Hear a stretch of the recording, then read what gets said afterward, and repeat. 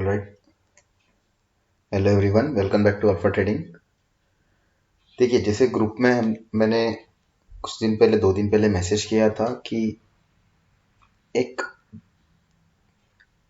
Option buying के लिए जो लोगों का मिसकंसेप्शन होता है, लाइक बहुत से लोग टाइम डीके के बारे में कुछ ज़्यादा ही सोचते हैं और प्रॉपरली ऑप्शन बाइंग में पैसे नहीं कमा पाते। तो उन लोगों के लिए मैंने कुछ एक न्यू कंसेप्ट यहाँ पे इंट्रोड्यूस करना मेरा प्लान है आज। और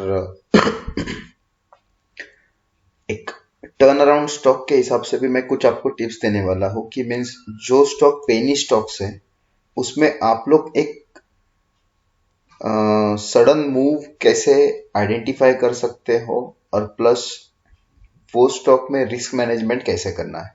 जस्ट कुछ बेसिक सी चीजें होगी, ज्यादा टाइम नहीं लगेगा।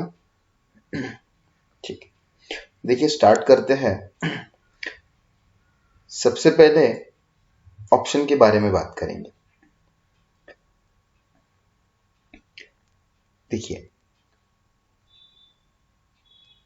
एक टाइम डीके कंसेप्ट होता है ऑप्शन में, जो ऑप्शन बायर को हमेशा हैम्पर करता है। ठीक है, जो ऑप्शन बायर को हमेशा हैम्पर करता है।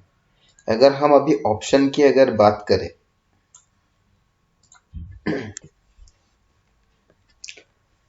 तो ऑप्शन में 3 कंसेप्ट होते हैं: eight the money, in the money and out the money.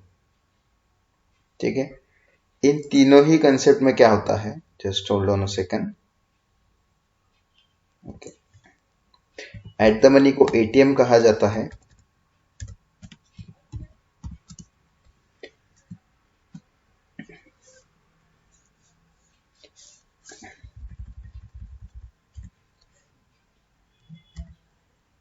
OTM यानी आउट द मनी, एटीएम यानी एट द मनी और आईटीएम यानी इन द मनी। ठीक है, ओटीएम में क्या होता है, डेल्टा की वैल्यू जो होती है 0.25 होती है। ठीक है, उसके बाद में एट द मनी के वहां पे डेल्टा की वैल्यू 0.50 होती है और फाइनली इन द मनी में डेल्टा की वैल्यू 0.75 होती है। ठीक है, तो इसमें इसे यूज कैसे किया जाता है वो समझेंगे। देखिए, मैं मोस्ट ऑफ द टाइम क्या करता हूँ, eight the money option trading करने के लिए मैं प्रेफर करता हूँ मोस्ट ऑफ द टाइम। इसका रीजन क्या होता है, लाइक देखिए, आप अगर कहोगे बैंक निफ्टी निफ्टी में अगर आपको ऑप्शन ट्रेड करना है इंट्राडे के लिए, तो फिर आप ओटीएम में कीजिए, एटीएम में कीजिए और आईटीएम में कीजिए, इससे ज्यादा फर्क नहीं पड़ेगा। बट लाइक मैं 1 या 2 दिन या 3 दिन के लिए मैं ऑप्शन अगर होल्ड करना चाहता हूँ बाय करने के बाद, तो मैं टाइम डीके के बारे में तो मुझे एक बार सोचना पड़ेगा। तो इसीलिए फिर वो टाइम पे मैं एट द मनी जो ऑप्शन होता है उसे मैं ट्रेड करना ज्यादा पसंद करता हूं। इसके पीछे का रीजन मैं बताता हूं। देखिए, एट द मनी में डेल्टा जो होता है वो 0.50 होता है। अगर हमें डेल्टा का साथ मिल जाए ऑप्शन बाइंग में, तो थीटा इफेक्ट जो होता है टाइम डीके के लिए, अगर मेरे पास डेल्टा और वेगा का अगर सपोर्ट हो जाए तो थीटा इफेक्ट जो होता है टाइम डीके का, वो इफेक्ट मुझे कम से कम यहाँ पे हैम्पर करेगा, जो लॉसेस कहते हैं हम जिसे टाइम डीके। अब देखिए, अगर कोई भी मैं स्ट्राइक प्राइस अगर सिलेक्ट करता हूँ, XYZ स्टॉक में कोई भी मैं स्ट्राइक प्राइस अगर सिलेक्ट करता हूँ, तो उसमें क्या होगा, अगर मैं इन द मनी ऑप्शन सिलेक्ट करता हूँ, अगर मैं इन द मनी ऑप्शन सिलेक्ट करता हूँ, लाइक किसी स्टॉक की प्राइस अभी 500 चालू है, मैंने 400 का in the money call option buy कर लिया, तो उसमें डेल्टा की वैल्यू कितनी है, 0.75। यानी कि वो स्टॉक अगर 500 से 501 जाता है तो इन द मनी में मुझे 75 पैसे का गेन होगा। इन द मनी में मुझे 75 पैसे का गेन होगा ऑप्शन में। बट अगर वो स्टॉक 500 से 499 आता है तो मुझे 75 पैसे का लॉस भी होगा। तो ये लॉस कंट्रोल करने के लिए मैं 50% का ही रिस्क लेता हूं। अगर मैं at the money option call option अगर मैं ट्रेड करता हूं तो यहाँ पे मेरा रिस्क कम हो जाएगा। लाइक देखिए, कोई भी जो ऑप्शन होता है वो इमीडिएटली जीरो तो नहीं होगा। लाइक मैंने आज अगर कोई ऑप्शन बाय किया, वो जब तक एक्सपायरी से 4-5 दिन 8 दिन क्लोज नहीं होगा तब तक वो जीरो होगा ही नहीं। वो सिर्फ एक्सपायरी के दिन ही जीरो होगा। ठीक है, ये बात समझने की कोशिश कीजिए कि वो एक्सपायरी के दिन ही जीरो होगा। तो हमेशा ऑप्शन जीरो नहीं होते हैं। डेली बेसिस पे ऑप्शन कभी भी जीरो नहीं होंगे, आपके प्रीमियम जो होंगे वो जीरो नहीं होंगे। बट एट द मनी में क्या होगा कि यहाँ पे देखिए, आउट द मनी में क्या होगा कि स्टॉक अगर 1 रुपए से अगर अप मूव करता है, मेरे फेवर में मूव करता है बाय करने के बाद में, तो मुझे यहाँ पे आउट द मनी में सिर्फ 25 पैसे का प्रॉफिट होगा। बट यहाँ पे अगर स्टॉक 1 रुपीज मूव करता है तो मुझे 50 पैसे का मूव प्रॉफिट होगा। मीन्स अगर मेरे ऑप्शन बाइंग के बाद में मैंने eight the money call option या पुट ऑप्शन जो कुछ मैंने बाय किया है, उसके बाद अगर स्टॉक 20 रुपीज भी मूव कर देता है तो मुझे 10 रुपीज का ऑप्शन में बेनिफिट हो जाएगा। इन्हें थोड़ा सा सिंपल करके समझने की कोशिश करना। ठीक है, तो यही एक रीजन होता है कि ऑप्शन बाइंग के टाइम एट द मनी मैं यूज करता हूं। ठीक है, अब आते हैं ऑप्शन सेलिंग के कंसेप्ट में।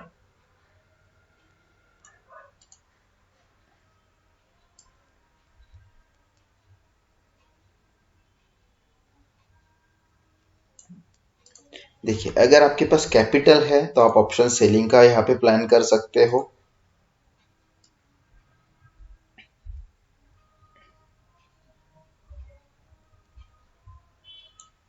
आपको पोजीशन तो मैं हमेशा हेज करने के लिए ही कहूंगा। डायरेक्टली नेकेड ऑप्शन सेलिंग करना बहुत ज्यादा रिस्की हो जाता है, अनलिमिटेड लॉसेस के वहां पे चांसेस होते हैं। अब देखिए, सपोज यहाँ पे अभी मार्केट ओपन हो चुका है, लाइक 9:15 को मार्केट ओपन हो चुका है। ये दो एट द मनी के यहाँ पे ऑप्शन है, लाइक ये पुट ऑप्शन होगा, ये कॉल ऑप्शन होगा। ठीक है, ए एंड बी, ये पुट ऑप्शन है, ये कॉल ऑप्शन है। अब कैसा होगा, 9:15 को मार्केट अगर ओपन होता है और मैं at the money call option और पुट ऑप्शन दोनों को देखता हूं, मैं दोनों को ऑब्जर्व अगर करता हूं, तो देखिए, अभी मुझे तो ये पता नहीं कि इन दोनों में से वीक कौन सा है और कौन सा स्ट्रांग है। इन दोनों में से वीक कौन सा है और स्ट्रांग कौन सा है, ये तो मुझे देख के नहीं पता चलेगा। बट एक चीज सोच के देखिए कि दो लोगों में यहाँ पे रनिंग कंपटीशन हो रहा है।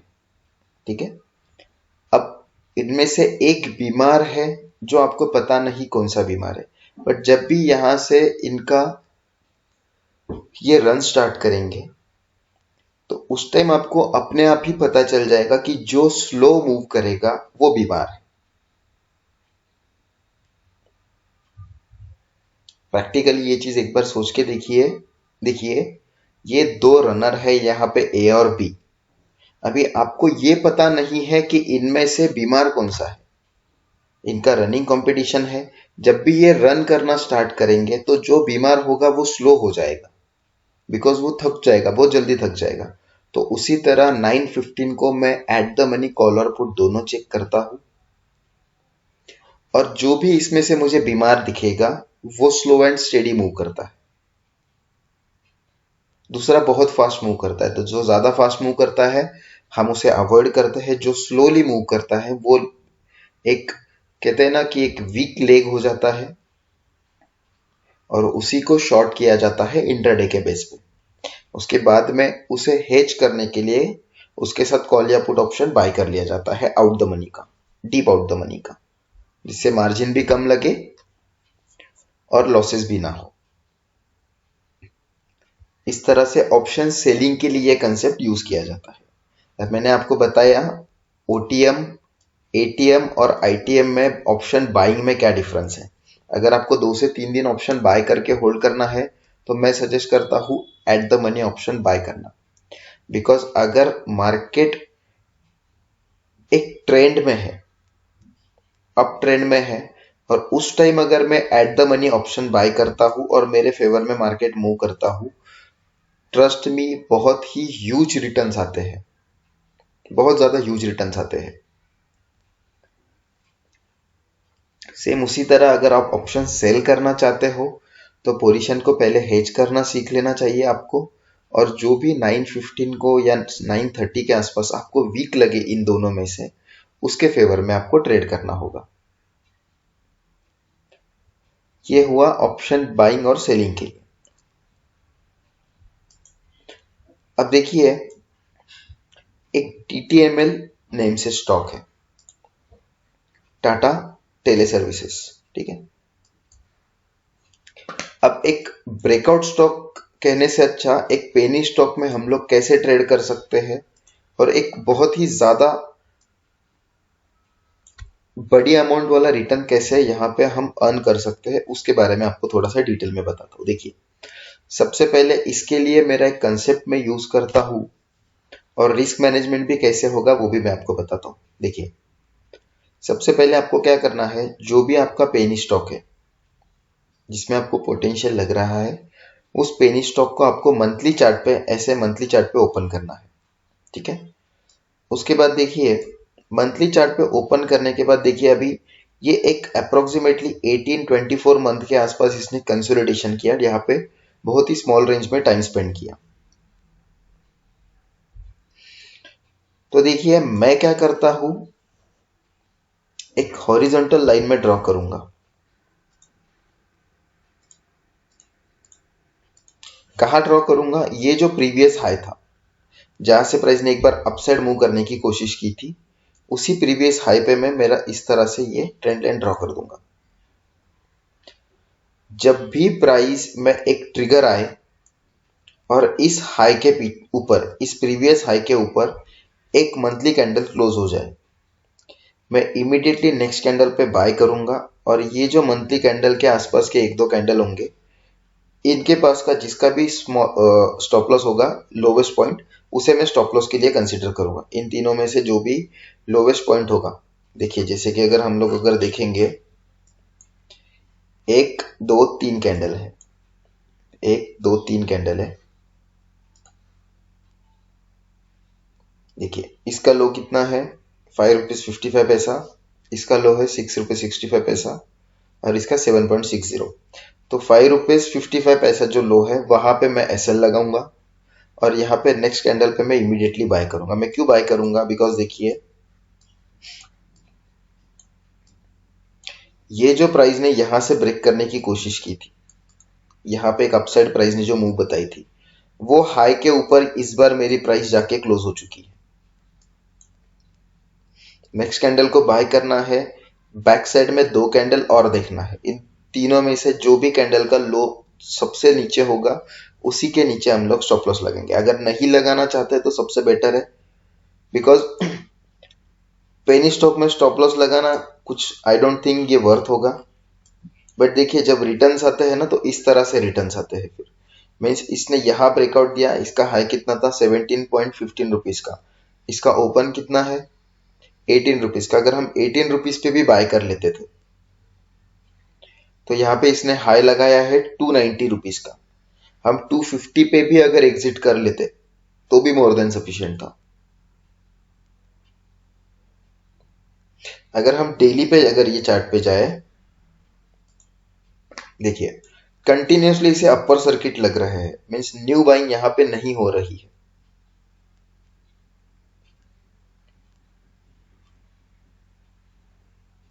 ठीक है। इसमें हम लोग स्टॉप लॉस भी ट्रेल कर सकते हैं, वो एक अलग कंसेप्ट है, हर किसी की अलग अलग मेथड होती है।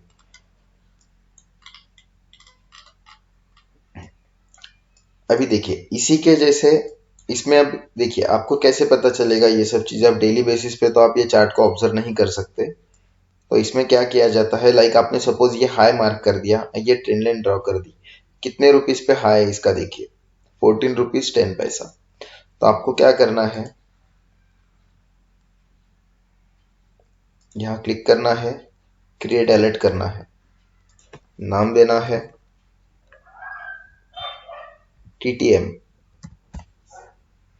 ठीक है, टाटा टेली सर्विसेज। यहाँ पे देखिए TTML, इसे NSE सिलेक्ट करेंगे, लेट लास्ट ट्रेडेड प्राइस करेंगे, ग्रेटर देन इक्वल टू ही रखना है 14.10 जो हमारा हाई था,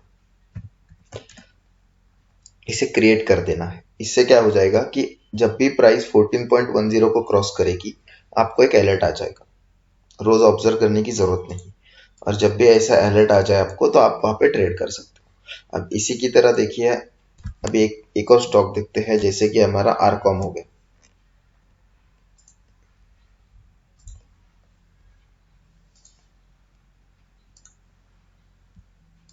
देखिए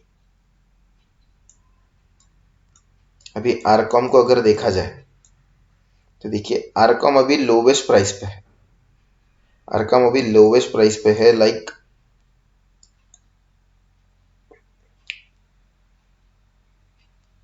₹4 के अराउंड अभी है, ₹3 ₹4 के अराउंड अभी है। देखिए अगर इसे थोड़ा सा बैक साइड लेके जाओ, देखिए ये जो कंसोलिडेशन हुआ था यहाँ पे एक बार ब्रेकआउट आया था, ठीक है। अब ये वाला जो हाई बना था, यहाँ पे प्राइस ने कोशिश की थी ब्रेकआउट देने के लिए, ये जो हाई बना था इस हाई के ऊपर यहाँ पे फर्स्ट टाइम क्लोज हुआ है, इस हाई के ऊपर यहाँ पे फर्स्ट टाइम क्लोज हुआ है। नेक्स्ट कैंडल को बाय करेंगे, पिछले 2-3 कैंडल में जिसका भी लो होगा अप्रोक्सीमेटली यहाँ के आसपास, यहाँ के आसपास स्टॉप लॉस दे सकते हैं ₹1 के अराउंड। बाइंग कितने पे कर रहे हैं हम लोग? ₹3.90, ₹3.90। देखिए यहां से वापस प्राइस ने एक बार अप साइड मूव करने की कोशिश की, कुछ इसी तरह आपको इसमें टर्न अराउंड स्टॉक में ट्रेड करना है। बट क्या ये इतना इजी है? ठीक है, तो देखिए टर्न अराउंड स्टॉक में रीजन बताता हूं पेनी स्टॉक में क्यों ट्रेड किया जाता है इस तरह से। देखिए सबसे पहला रूल होता है इसमें कि मंथली चार्ट पे ऑल टाइम हाई क्या है स्टॉक का, वो देखना होता है। अभी इस स्टॉक का अगर ऑल टाइम हाई देखेंगे 844 ऑल टाइम हाई था। मैं ऐसे ही स्टॉक सिलेक्ट करना पसंद करता हूं जिसका ऑल टाइम हाई ज्यादा हो, और ऑल टाइम हाई से प्राइस जब नीचे आती है तो अप्रोक्सीमेटली 80% प्राइस में डिडक्शन होना चाहिए, 80% या उससे ज्यादा प्राइस में डिडक्शन होना चाहिए। प्राइस में 80% से ज्यादा डिडक्शन होता है, प्राइस डाउनसाइड मूव करती है, फिर यहाँ पे 18 से 20 मंथ्स प्राइस में कंसोलिडेशन होता है, और फिर प्राइस प्रीवियस हाई जब ब्रेक करती है उसी टाइम पे मैं इन्वेस्टमेंट करता हूं। अब इसमें इन्वेस्टमेंट भी कब की जाती है और कैसे की जाती है? देखिए कब की जाती है मीन्स हाई जब ब्रेक होता है तो हम ट्रेड करते हैं। अब इन्वेस्टमेंट कैसे की जाती है? ₹18 पे अगर आपको TTML का स्टॉक ₹18 पे आपको बाय करना था, अगर आप सिर्फ ₹2000 भी यहाँ इन्वेस्ट करते, ज्यादा बड़े अमाउंट इन्वेस्ट नहीं करना है, लाइक आप 2000 भी यहाँ इन्वेस्ट करते डिवाइडेड बाय ₹18, तो आपके पास 111 क्वांटिटी आती, ठीक है, 111 क्वांटिटी। 250 पे हम लोग अगर एग्जिट करते और ₹18 हमारा एवरेज प्राइस था बाइंग का, ₹232 का आपका गेन होता इनटू 111 क्वांटिटी, 25,000 आपको 2000 पे रिटर्न आ जाते। इसी तरह से मल्टीबैगर स्टॉक में हम लोग ट्रेड करते। अब आरकॉम में मुझे दिख रहा है एक ब्रेकआउट आ सकता है। इसके बाद देखिए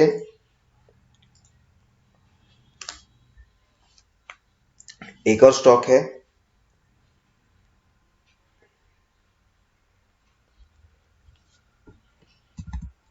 MMTC।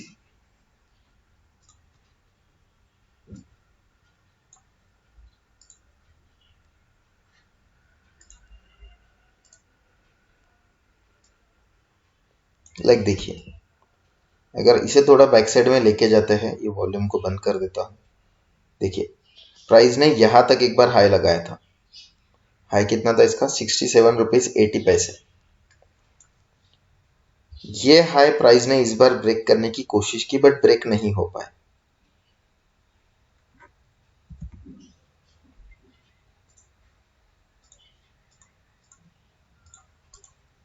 देख यहां पे ब्रेक नहीं कर पाया, जब भी ये ब्रेक करेगा उस टाइम मैं बाय कर लूंगा।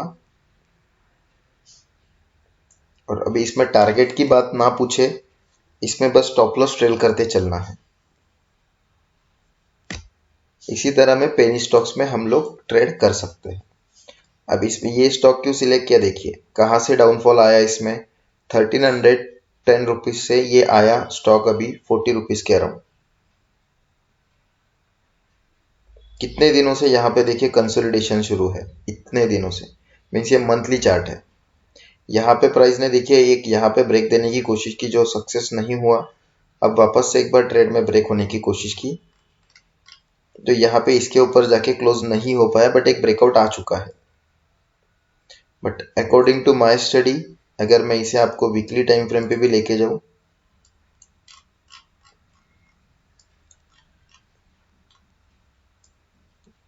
कि वीकली टाइम फ्रेम पे अगर लेके जाऊं,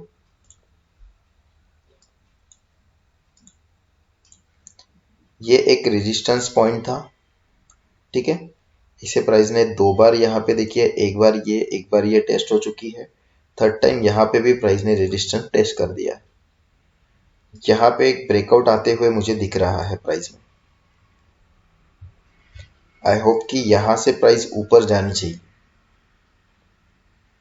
बट इसका मतलब ये नहीं होता है कि इस तरह से स्ट्रक्चर बने और चीजें दिखे तो प्राइस में एक इमीडिएट ब्रेकआउट आएगा।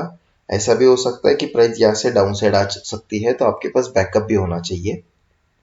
लाइक आप यहाँ से देखिए, आप यहाँ पे बाय कर रहे हो, आप यहाँ पे प्राइस आती है तो और 20% क्वांटिटी ऐड कर सकते हो आपके कैपिटल का। रिमेनिंग 40% कैपिटल आप यहाँ पे रिलीज कर सकते हो पूरा बॉटम एरिया पे, ठीक है। बट एकदम ही पेनी स्टॉक होते हैं। अब देखिए आर पावर जो है, I don't think R power ये कंसेप्ट में बैठेगा, बट एक बार चार्ट देख लेते हैं आर पावर का।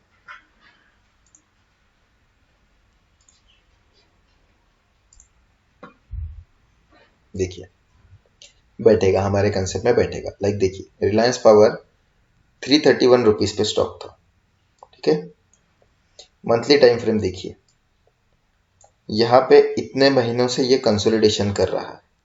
अगर मैं इसे भी पुराना हाई मानूं या फिर इसे पुराना हाई मानूं, एक बार प्राइस ऊपर जाने की कोशिश की, उसके ऊपर प्राइस जाके क्लोज हो चुकी है, और अभी अगर हम देखेंगे तो प्राइस में कुछ इस तरह से एक और ब्रेकआउट आ रहा है।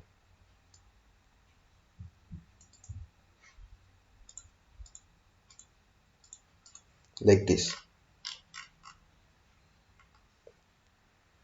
ये भी एक मल्टीबैगर स्टॉक बन सकता है। 16 रुपीज का स्टॉक है, 2000 रुपी इन्वेस्ट करना। देखिए इसमें इशू क्या होता है, आप अगर ऐसे 10 स्टॉक में ट्रेड करते हो, समझने की कोशिश कीजिए।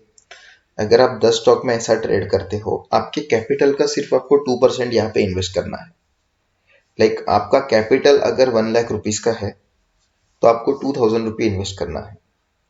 अगर आपका कैपिटल 10 लाख रुपीज का है तो उसका 2% आपको यहाँ पे इन्वेस्ट करना है ऐसे स्टॉक्स में। अगर आप ऐसे 10 स्टॉक में इन्वेस्ट करते हो, सपोज अभी मैं आपको बताऊं तो मैं 2000 रुपीज से अगर, क्योंकि देखिए इन स्टॉक्स में ज्यादा इन्वेस्टमेंट करना मुझे अच्छा नहीं लगता है, पसंद नहीं आता है, बट अगर 2000 रुपीज के अकॉर्डिंगली मैं 10 बार यहाँ पे इन्वेस्टमेंट करता हूँ अलग अलग स्टॉक में इस तरह से, और मेरा 8 बार मेरा ये फेल हो जाता है, लाइक मेरा 16,000 रुपीज का लॉस हो गया। बट अगर मेरे दो ट्रेड भी चल जाते हैं ना, और अगर इस तरह से रैली आ जाती है, तो एक बहुत ही अच्छे रिटर्न आ सकते हैं। इन्वेस्टमेंट का पावर यही होता है, कुछ सोच समझ के चीजें करनी पड़ती। और मैं न्यूज बेस्ड ट्रेडिंग नहीं करता हूं। न्यूज के अकॉर्डिंगली अगर कोई कहे तो मैं वो चीज पे ट्रस्ट नहीं करता। जो मुझे चार्ट बताएगा वही सबसे बेस्ट होता है।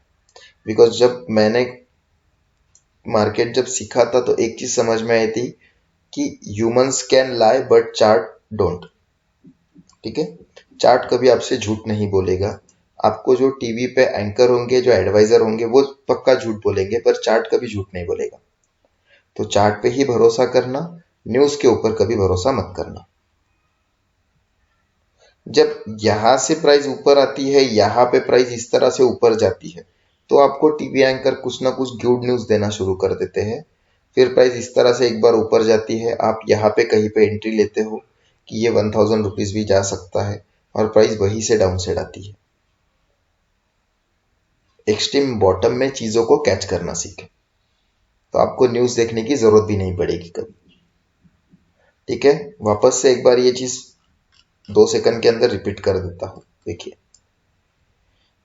मंथली टाइम फ्रेम पे हमें ऐसा स्टॉक चाहिए जो एक बार ऑल टाइम हाई पे जा चुका हो, कभी भी, और कोई भी प्राइस हो, प्राइस का कोई इसमें लिमिटेशन नहीं है या कोई रिस्ट्रिक्शन नहीं, बट जहां पे इसने हाई लगाया था ना, वहां से एटलीस्ट 80% उसके प्राइस में डाउनफॉल आना चाहिए। जैसे ये 844 से लेके 3 रुपीज तक आ गया, 80%, 95% से भी ज्यादा डाउनफॉल आ चुका है। अब देखिए, ये कंसोलिडेशन मिनिमम 18 से 24 मंथ होना चाहिए। जो साइडवेज मार्केट जाता है 18 से 24 मंथ होना चाहिए। अब रिलायंस जो है, टोटली कंपनी बंद हो चुकी है, तो ऐसी जगह पैसे ना लगाए। कोई ऐसी कंपनी देखे जो मार्केट में ऑलरेडी कुछ अच्छा करने की कोशिश कर रही है, लाइक उनका कुछ न्यू प्रोडक्ट लॉन्च हो रहा हो, मैनेजमेंट में कुछ चेंजेस आ रहे हो, और उस टाइम अगर ब्रेकआउट आता है तो ये चीजें काम करेगी। अब रिलायंस बंद हो चुकी है, इनके पास कुछ सबमरीन कंस्ट्रक्शन का कुछ काम आया था, इनका टेलीकॉम का तो बिजनेस पूरी तरह से बंद हो चुका है। अब रिलायंस में ये ब्रेकआउट आके भी हमारे लिए कुछ काम करें। एक रिलायंस पावर अच्छा है, ये कंपनी बंद नहीं हो रही, रिलायंस पावर अभी भी मतलब लोगों को कनेक्शन प्रोवाइड, इलेक्ट्रिसिटी की कनेक्शन प्रोवाइड कर रही है कुछ कुछ एरियाज में। तो ऐसे स्टॉक देखिए कि जो एक्चुअली में बिजनेस में है, जो पूरी तरह से आरकॉम की जैसे बिजनेस में डूब चुके हैं ना, उनमें ये अपॉर्चुनिटी ना देखें। लगा तो आप गूगल पे जाके सर्च कर सकते हैं किसी स्टॉक के बारे में या उस कंपनी के बारे में, आपको वहां पता चल जाएगा कि कंपनी अभी एक्टिवली बिजनेस में है या बंद हो चुकी है। ठीक है, तो इसी तरह से ये होगा। अब ये वीडियो बनाने का रीजन ऐसा था कि TTML जो था, टाटा टेली सर्विसेज, ये स्टॉक के बारे में मुझे बहुत लोगों ने क्वेश्चन पूछे। और जब देखिए आर पावर 4-5 रुपीज से 18 रुपीज 19 रुपीज आया था यहाँ के आसपास, उस टाइम पे भी मुझे बहुत लोगों ने क्वेश्चन पूछे थे, बट उसे ट्रेड कैसे किया जाता है। अब आप डेली टाइम फ्रेम पे अगर ये स्टॉक में जाएंगे तो आपको कुछ भी प्रॉपर नहीं दिखेगा। देखिए, यहाँ पे अपर सर्किट लग रहे हैं, यहाँ पे अपर सर्किट लग रहे हैं, कैसे डिसाइड करोगे आप। और जब ये अपर सर्किट लगते हैं तो आपको एंट्री मिलना भी थोड़ा मुश्किल हो जाता है। मंथली चार्ट सबसे बेस्ट होता है इनके लिए। ठीक है, ऑलराइट, तो आज के लिए बस इतना ही। आई होप कि ये आपको हेल्प करेगा। चैनल को सब्सक्राइब कर लेना, और वीडियोस को भी प्लीज लाइक कर लेना, ताकि आपके लिए ऐसे ही कुछ न्यू कंसेप्ट में ला सकूं।